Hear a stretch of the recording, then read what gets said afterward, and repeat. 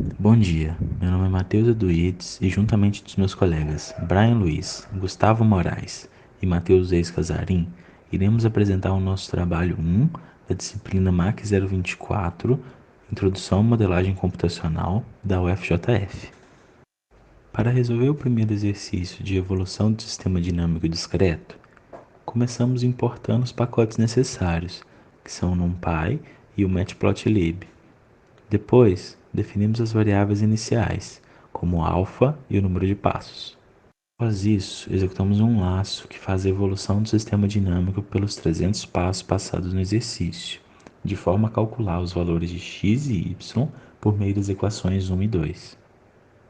Depois, definimos duas funções responsáveis pela plotagem dos resultados, sendo a primeira responsável por plotar os gráficos evolutivos com os valores de x e y ao longo dos passos, e a segunda responsável por plotar o gráfico x por y.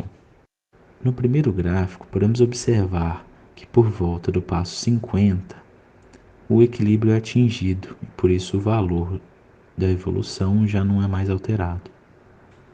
E no segundo gráfico, podemos observar os valores encontrados para x em relação aos valores encontrados para y.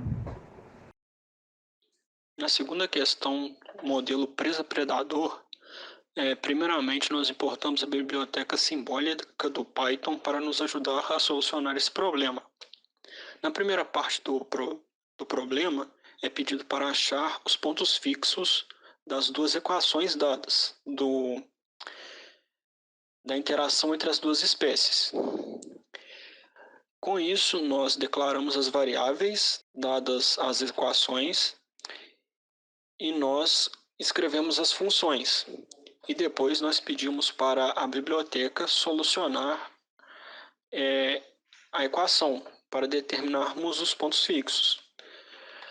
Depois substituímos os valores dos k para achar os valores numéricos das quantidades de animais que estariam vivos para atingir esse ponto de equilíbrio.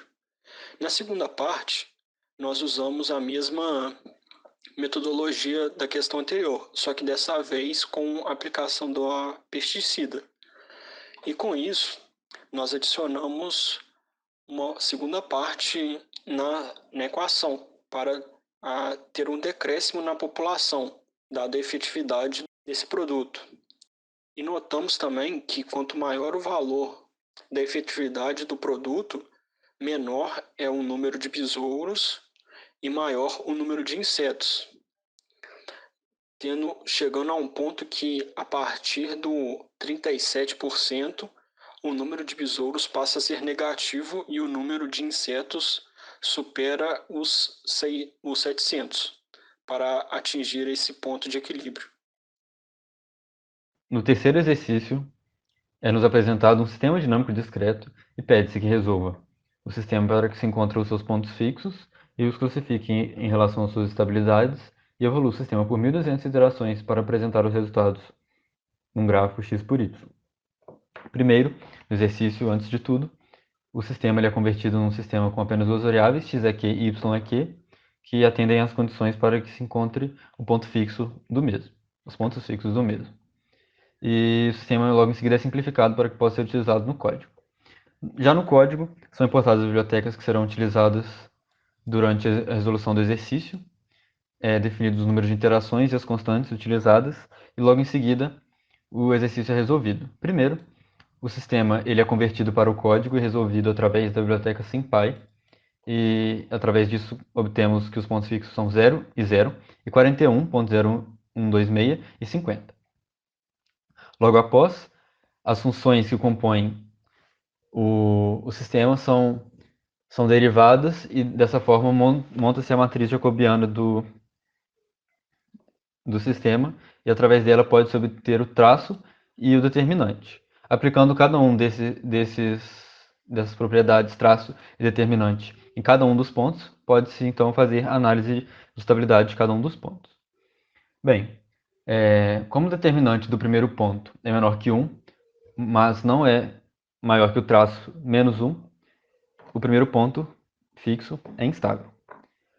Já o segundo ponto, o traço é 1.2 e o determinante é 0.8. Dessa forma, o determinante é menor que 1 e é também maior que o traço menos 1. Sendo assim, o segundo ponto fixo é estável.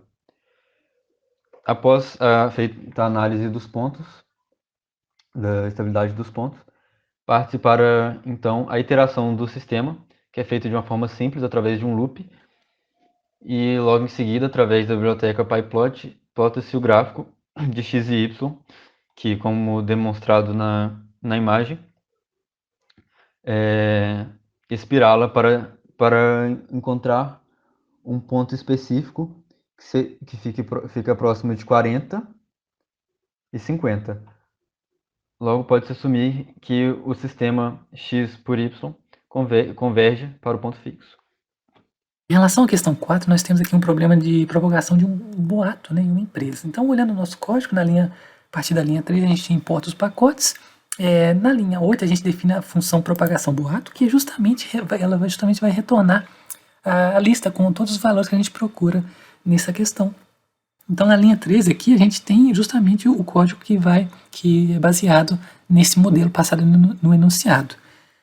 Na linha 17 a gente tem uma função para plotar o gráfico, né, com todas as características que a gente procura. Então, a partir da linha 35, a gente trabalha com o primeiro problema. Então, o valor de K é passado no enunciado, o P é igual ao número de funcionários, nesse primeiro caso 1.500, o A0 é o número inicial de pessoas que ouviu esse boato, igual a 4, e o número de steps é igual a 8, que é um número conveniente para nós. A gente chama a função propagação boato, passando esses parâmetros, e recebe o resultado. Plotamos esse resultado e vemos o primeiro gráfico, né, e nós notamos que entre um pouco mais de 6 dias e 12 horas, todos os funcionários terão ouvido esse boato. Para o segundo problema, a gente tem uma lista de taxas de crescimento, né, uma lista de valores para K. A gente faz o mesmo processo, nesse caso agora, o valor de P, né, com o número de funcionários é igual a 5.500, e fazemos o mesmo processo que foi feito anteriormente, e geramos um gráfico para esses diferentes valores de K. Aí, olhando o gráfico, nós percebemos que quanto menor o valor de K, mais tempo vai levar para que todos os funcionários saibam do boato. A gente vê que esse K é igual a 0.0025, tem um resultado muito bom, né? O terceiro problema é para a gente questionar, né, como controlar essa taxa de crescimento do boato. A gente percebe que esse valor de K é muito importante para esse caso. Então, quanto mais próximo de zero, melhor. Quanto mais próximo de zero for esse valor de K, melhor para o modelo, né? Outra coisa, a gente percebeu que o número de funcionários também é muito importante. Quanto menor esse número de funcionários, mais tempo vai levar para que todos saibam do boato. A gente vê isso no terceiro gráfico, olha. A gente vê que uma empresa com 100 funcionários, né, e essa taxa de crescimento menor, a gente vê que em 1.000 dias nem todos os funcionários, nem todos os 100 funcionários terão ouvido o boato. Então isso é para levar em conta, né? A gente deixou mais explicações aqui em texto, né, para entrar em mais detalhes sobre essa questão.